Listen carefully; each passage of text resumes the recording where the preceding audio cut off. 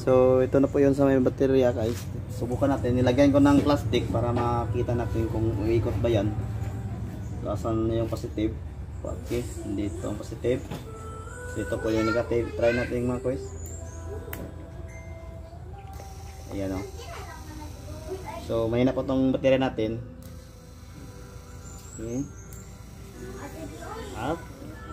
So maraming salamat po mga guys. Sana mayroon kayong natutunan sa kunting kaalaman natin ngayon araw. God bless po sa lahat.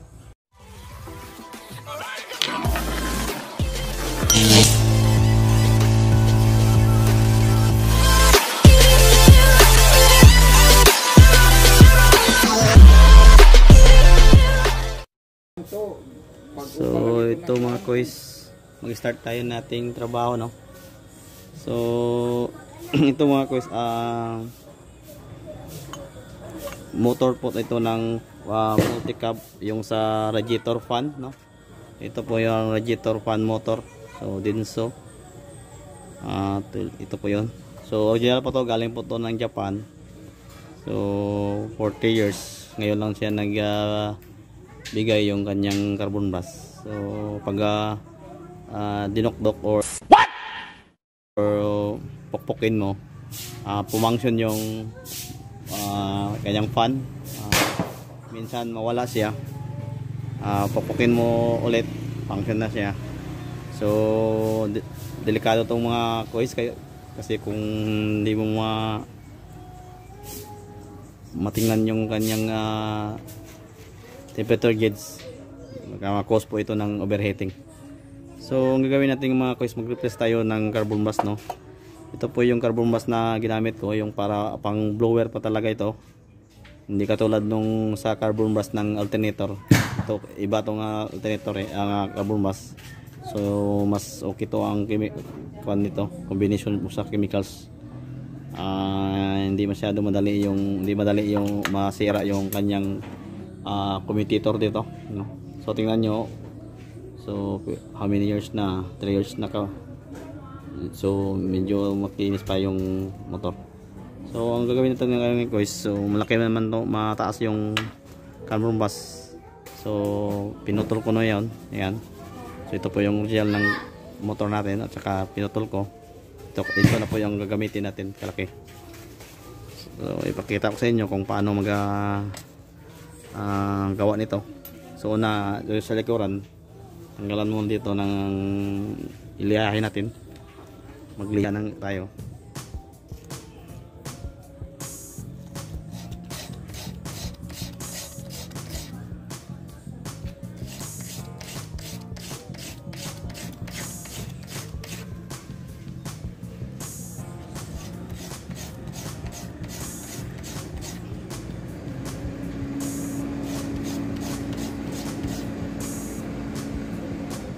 Ayan.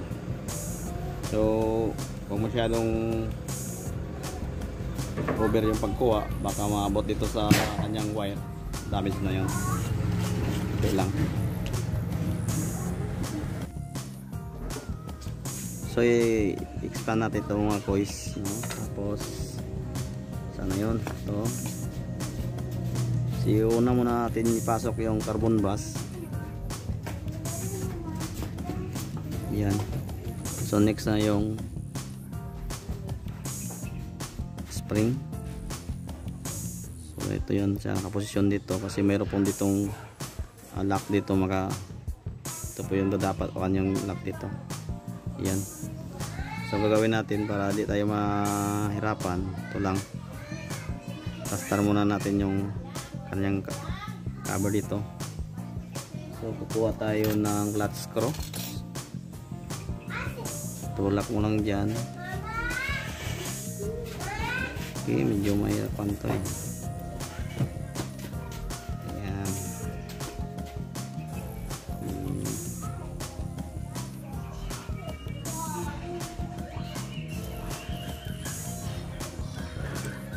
Yan lang.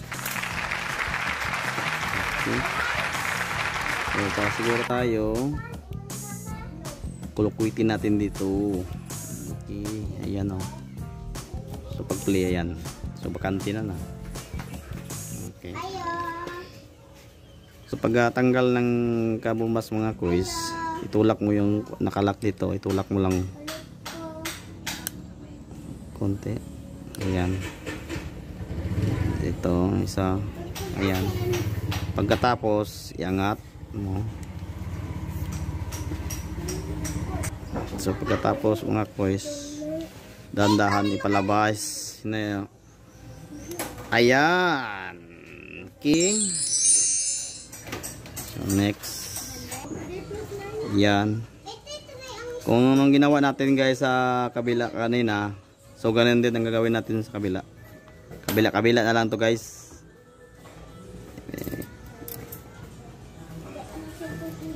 Okay, wag hindi siya masyadong makuha eh.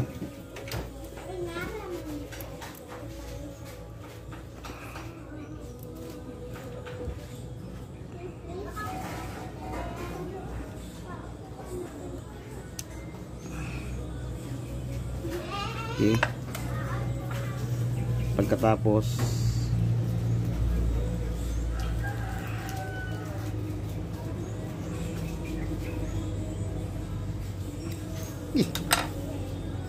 okay na mga kuys. Tapos idugtong natin dito. Ito po kasi yung positive at saka negative eh. Ito yung negative, ito yung positive. So magkuhan tayo dito. Soldahin natin ito.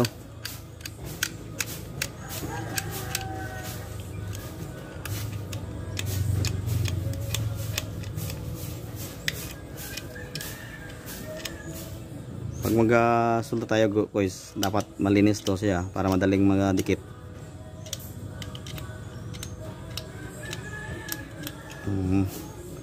Yan. Lagyan muna natin dito ng panghinang. Yan. So malaki tong wire na to mga kuys kaysa yung ginagamit natin sa alternator noon. So malaki tong wire.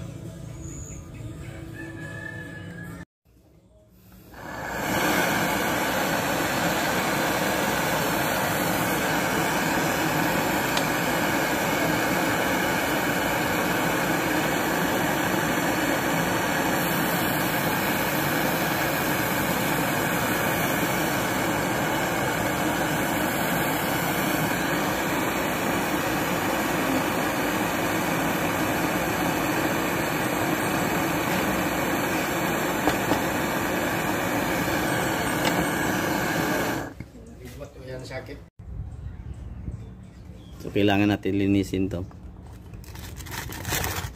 yung kanyang commutator.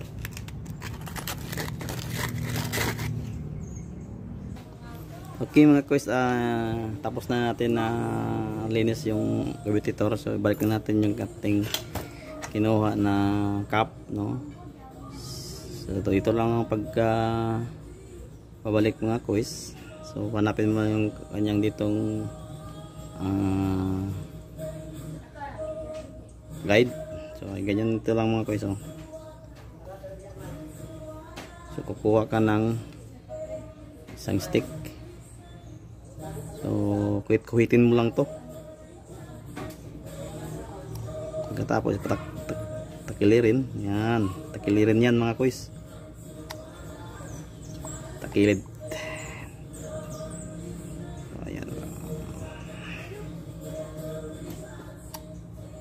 Medyo mahirap nga ito, pero pag mayroon kang idea, madali din.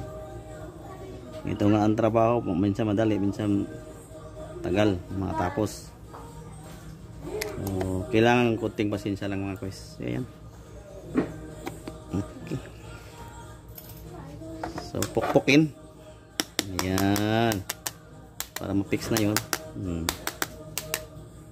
Tapos ibabalik mo na yung kanyang lock. Ito na po yung mga lock niya. Dandahan lang magpukpok kasi baka makasira yung magnetic sila.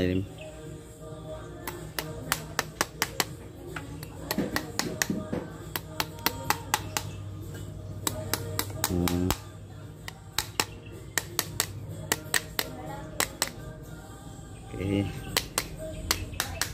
So, okay, humana. So, i-try natin mga guys kung okay na yung trabaho. So, ito na po yun sa may baterya guys. Subukan natin. Nilagyan ko ng plastic para makita natin kung uikot ba yan.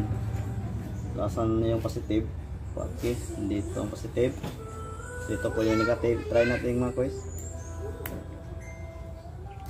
Ayan o. So, mahina po itong baterya natin.